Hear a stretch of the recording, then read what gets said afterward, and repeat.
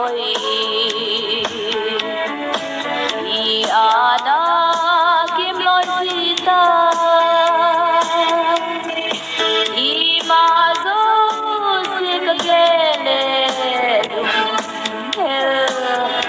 nghe si pamai na pamai o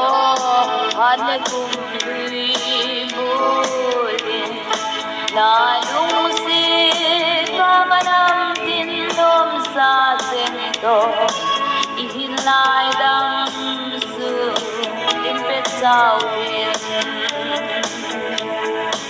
hati pa umagim omitam ta ihin pa laya suta han khu akim singilung hel nghe na pamai o han kum lui bulin na lung si panganam tin nom sa chen te ihin lai dam sung impet chawin i hen ka bon ding ki pa bu thei ki ding chu hilen dun lui ngai sin ka hol lui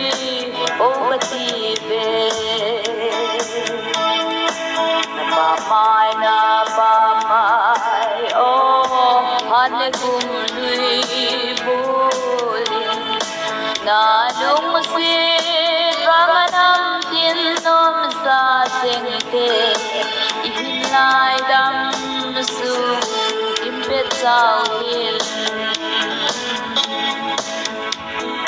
kum lui to ki khen go ki thei lo gol ngai ki khen pi song chu